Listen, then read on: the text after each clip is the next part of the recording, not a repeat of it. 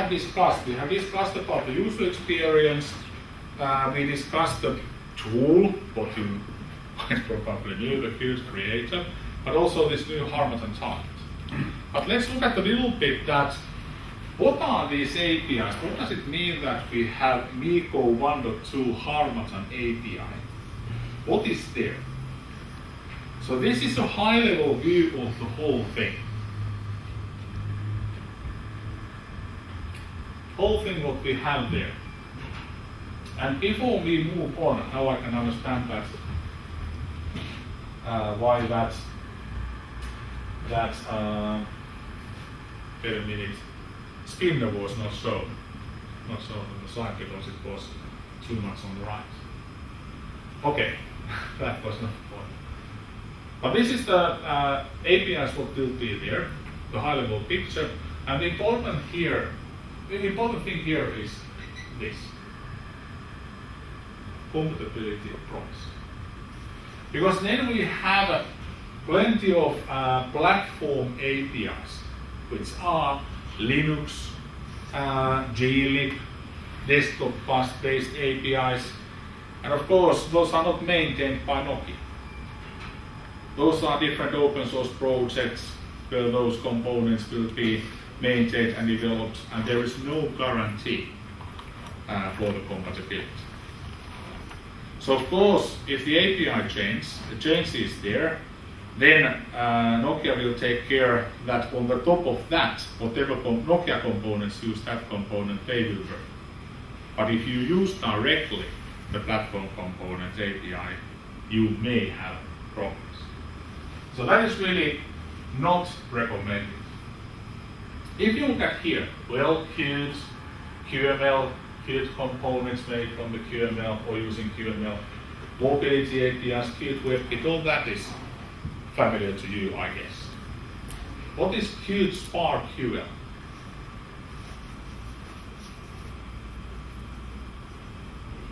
That is an additional model. That is one thing what we can see that, okay, this is definitely MeeGo Harmattan. You have two kinds of ways to handle data, large amounts of data. You have databases, in which case you use SQL, and there is the SQLite which is available in MeeGo. That's one way to handle databases. Then there is the tracker MIMO tool, or let's say library, allowing you to access different kind of media files in your device, or in your, in general in your Linux system, but in this case, of course, in your device. And Tracker provides another kind of an API.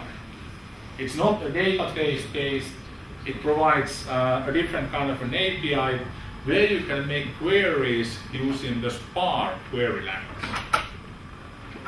At the very high level, it looks similar that we have Spark queries. We make a query to get data from the tracker. Okay? But a little bit different. But the point is that this Qt SparkQL, this is a model which allows you to use Tracker. So who uses this Qt SparkQL? If you know the SparkQL query language, you can use that of course yourself, but it is used by the Gallery Mobility API in MeeGo uses that API to get information that what kind of images, what kind of an audio files, what kind of other media we have in this device. So many of these APIs, they exist, you can use them, but why? Because we have a higher level API which is easier to use. Of course, if the higher level API doesn't provide the required functionality, then why not to use the lower level API? So, used by the Gallery to access the Tracker platform component to get media content. GStreamer is the standard audio video playback recorder in Linux. Pulse Audio allows you to have low-level manipulation of audio in playback and recording, both directions. OpenCLES 1.1 and 2.0, both are supported.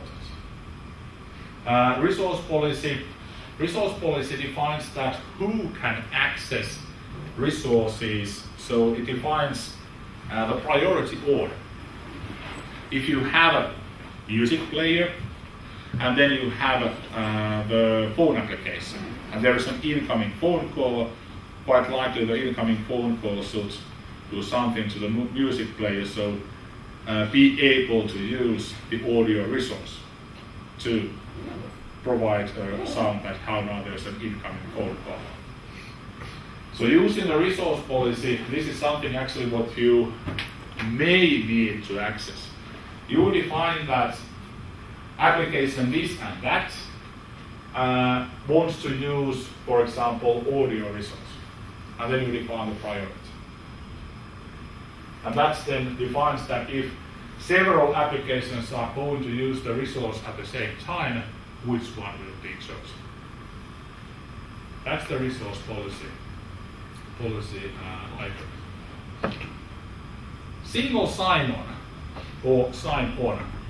The idea is the single sign-on that you can have any kind of an accounts, create accounts, and then you can use the single sign-on to use that account information to access this, to access that. So that the user doesn't have, depending on the behavior of course, but in certain cases the user doesn't have all the time to provide the username and password to access this and that and that. So only once, and then the sign-on information is used by several applications. Make it more straightforward, more usable from the user point of view. Telepathy good for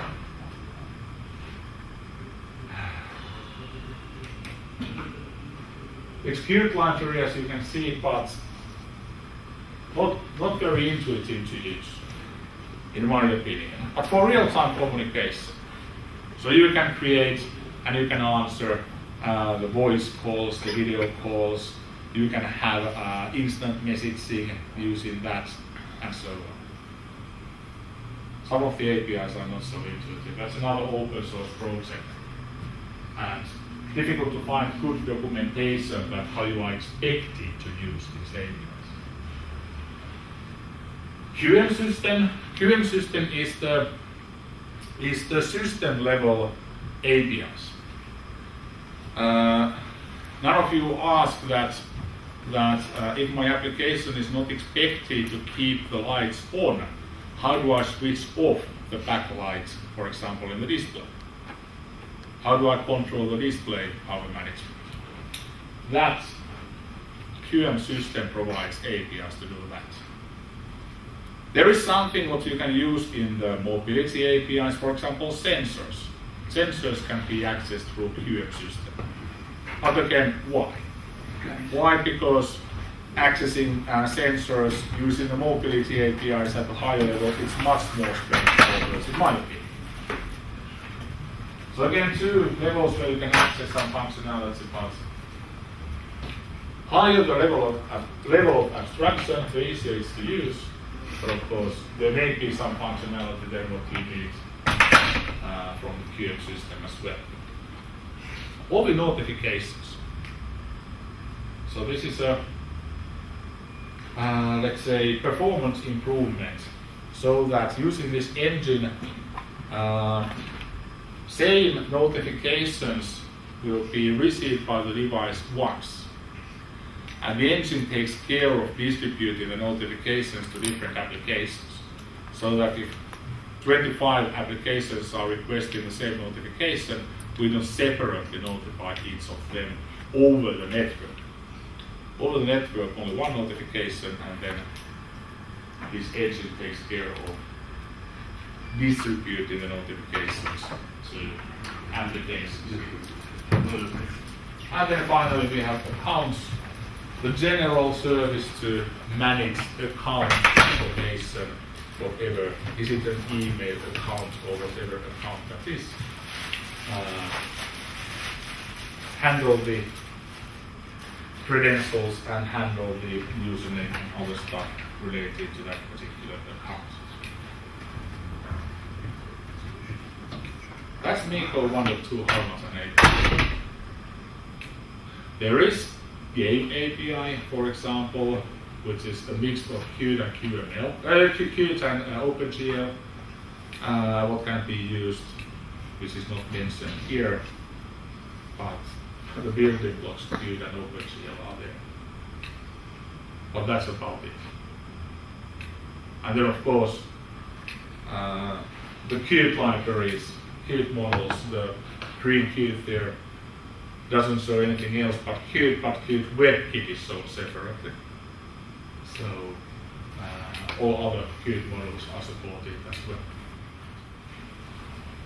If I take anything here, doesn't have to be QML but Qt desktop, Qt.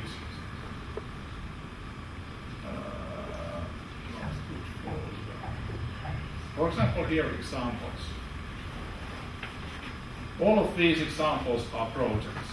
And I guess that your problem is, if I understood properly, is that you just have some files. Now we have header and source code files, one INF file. So if you only get, for example, this,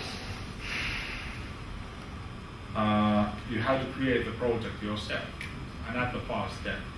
So the only file additionally which should be given, at least in the beginning, to guarantee that you have a safe kind of environmental settings, is this PRO file, project file. Because after that, if you have a project file, you just open this in the Qt Creator, and after that, if there are additional files, you can just open, there is the open existing functionality right here already in the project.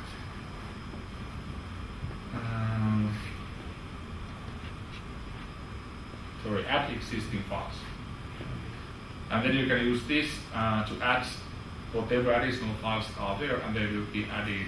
It asks you that you want to add this to the project file as well. Because if they are not in the project file, then they are not built, and then you have to do everything by hand.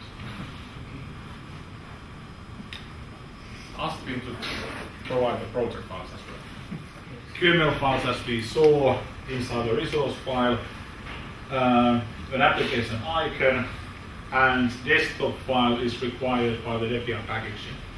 So desktop file defines that where your binary will be located, so it ties together your application icon, application text in the launcher, and then the actual application binary location. Okay, that can be implemented with just Qt stuff. You could have some multimedia application, some player, which uses Tracker. This is actually too complicated in my opinion, because instead of the Tracker, you can just use the Mobility Gallery APIs. But if you use the Tracker, okay, you have quite likely the C++ logic written in Qt, or the application logic written in Qt and C++, accessing resource policy possibly, so when I can play, when I can't play, and then Tracker, which is not shown there, and the GStreamer to play back the audio. And then this is not enough, because Tracker requires that we have the access right to the Tracker. We have the credential to access the Tracker, and that is defined in the .aegis file.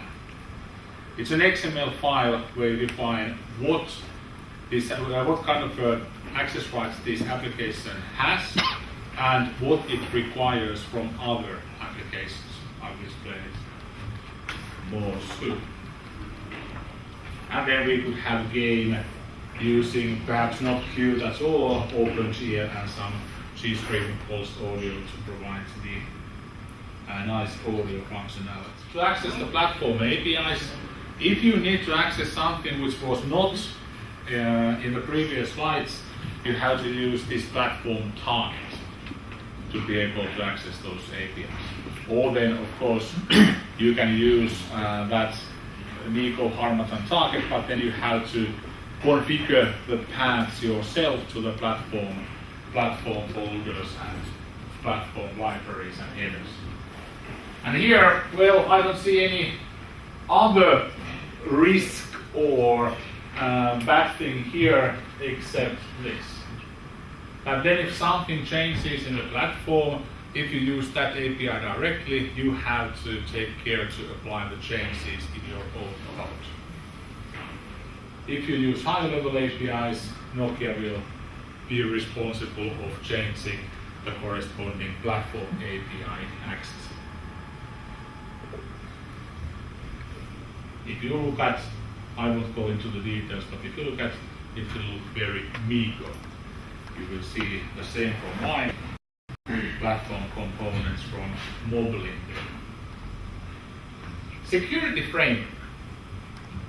The idea is to control the security at several levels, meaning that you have a configurable access control. Access control, you can define that which services, which inter-process communication APIs this program is capable of using. You can check the integrity of all executable files. So if you have files in the removable media, there will be a checksum taken by this IGES tool, and when the removable media is plugged in back, it will be checked that the binaries didn't change. IGES APIs provides you APIs to encrypt and decrypt. So you can encrypt any process data if needed, not only the executables, which is more seldom the case. And then you can protect the deployment chain, checking that what the application can do and what it can't do. If you think how this works,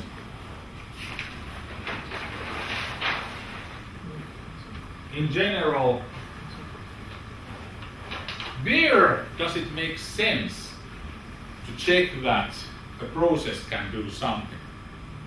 Of course, if the process is running internally, only this process is running, it can do whatever it wants. It can harm only itself. But whenever a process, let's say P1,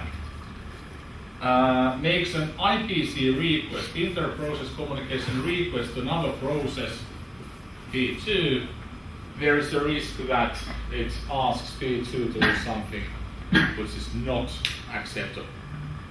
Let's take a very simple case.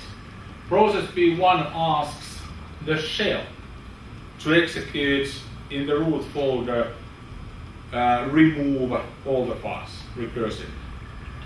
And if you don't have any security framework here, it's easy to understand that this is something which can't be accepted. In general, we have a Linux. What is the basic IPC mechanism in the Linux? How the processes communicate with each other? GBus? Yes. It's a desktop bus, which is one server, one daemon running in the system, and actually this is not true. Processes communicate through this dbus together. If you want to define IPC messages, you define interfaces with dbus. You define, for example, in XML, define that there is, let's say, function call, which is called call. This is a function that we can call another process. It has certain types of arguments. Let's put something very simple. It may have, in dbus, it may have several return values. Okay, let's put something which is a character whatever. And then you can define credentials. What are required that our processes can call? Make this call. Other processes can be required any kind of a string credentials. Let's say hello. If P1 has hello credential, it can call, now depending how this service has been defined in P2, but if it's defined in this way, can call the service in P2 only if it has this hello credential. So the access rights will be checked whenever there is a inter-process communication based on the D-bus, and the D-bus interface allows you to define that what kind of things are required from other processes. This is the basics how the security framework works. So, applications must announce the possible protect resources they require or provide. It works in both directions. The word keyword in XML is required, so tell that this is something what I have and provide, this is something what it requires from others to have. And it's a simple XML file where these protected resources are listed. Let's look at that soon. SDK generates this file automatically for most protected resources. In my experience, you create it by hand almost in all cases. Doesn't create that itself. And then this is easy to detect that you try to do something. You try to, for example, show the files using the tracker, and you get an error message, nothing is shown, and you get an error message, access is denied. Easy to see that what is missing. Then of course you have to look at the documentation, or then you have to look at the credentials files, which may be much more difficult. So in the documentation, that what kind of a credential is required by this particular process, by this particular service. And really, not only managing this require and provide, but also providing this checksum calculation for binaries, and then encrypt and decrypt functionality. APIs for that.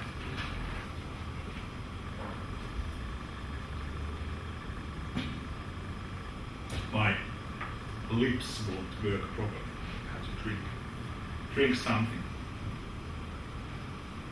So in the Qt Creator, you add in the deploy to Harness and device, add there a file where you define these credentials.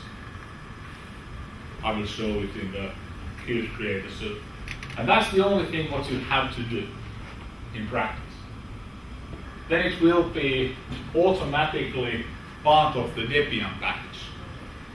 And when this application is installed, it will be checked that, okay, this application or this process requests or provides this kind of credentials.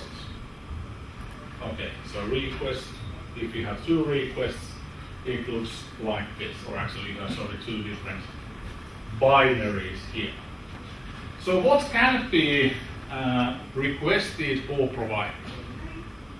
Not only these global credentials. Global credentials, these are MIGO specific. To access the cellular network, to have phone calls, messaging, to access location services, to synchronize, to access the track. For example, this is not a complete list. What else you can have? You can have POSIX capabilities. What are POSIX capabilities? Using this, you can define, for example, that can you execute a certain program? Can you change the mode of this process? So the user mode, is it read, write, execute, other mode, read, write, execute, or the group mode, or user group and other is the order. That's how you can define POSIX capabilities. So we would use this in my example to define that, for example, this can't call or this can call remove program to remove other files. Then another thing what you can define there is the user and group IDs. So if you use user ID, the same user ID for two different programs, they are considered to be the same. So they can, for example, share data files which are only readable or writable. to that user ID. In the same way, you can use the group ID. You can define that this process belongs to the same group as these 32 other processes. Perhaps one process can only write to the data, but only the processes in this group can read the data. So you don't define here what can be done. You use the normal Linux file permissions, read, write, execute for the user, for the group, for the others. But you only define that what is the identifier of the user or group. And then, how you do it in practice? You define credential or one credential, whatever you use, and then you define that what is the executable which uses this. So the executable in use in my app will now have this particular credential location. It can access location service.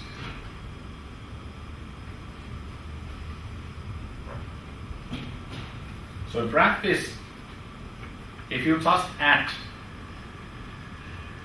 different APIs to your programs,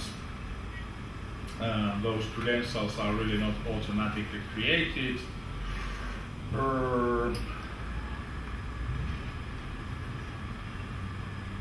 Here is a simple example of what we will look at soon. And it's so simple that it doesn't. No.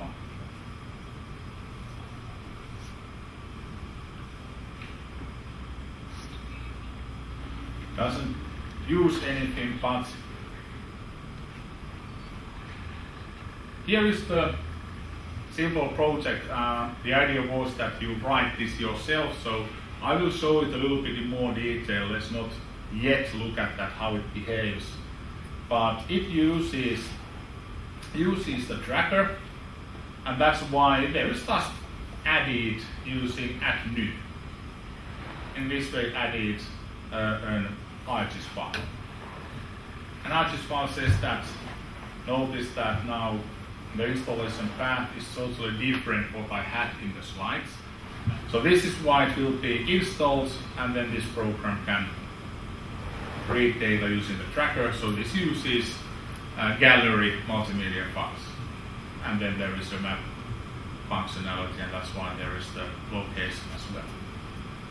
This is the only thing what you need to do. Then you just deploy it. It will be packetized, so package will be created and the credential is there. When it will be installed, it will be checked that okay, this process requests and demands that kind of credentials.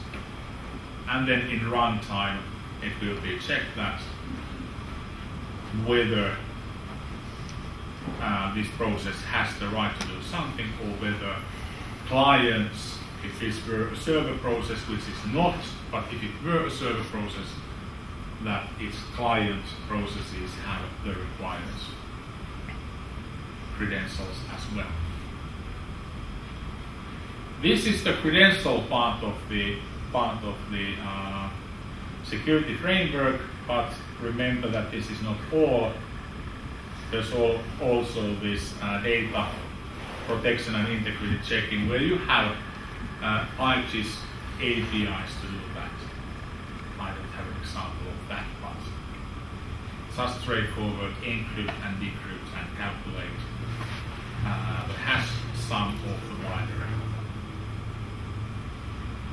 which are provided by the same framework as well.